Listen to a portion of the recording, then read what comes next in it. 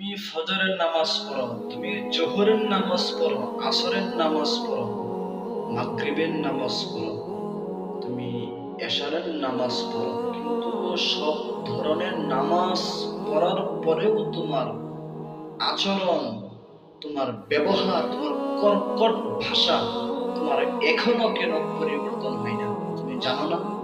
তোমার বুঝতে হবে তোমার নামাজের মধ্যে এখনো কোনো ঘাটতি আছে।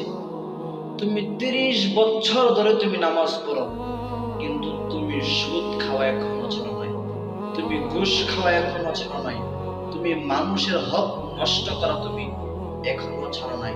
তোমার বুঝতে হবে তোমার নামাজ আমার মালিকের কাছে কবুল হচ্ছে না।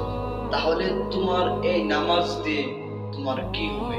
এই নামাজ তোমার কাল কিয়ামতের ময়দানে একচুল পরিমাণ কাজে আসবে না।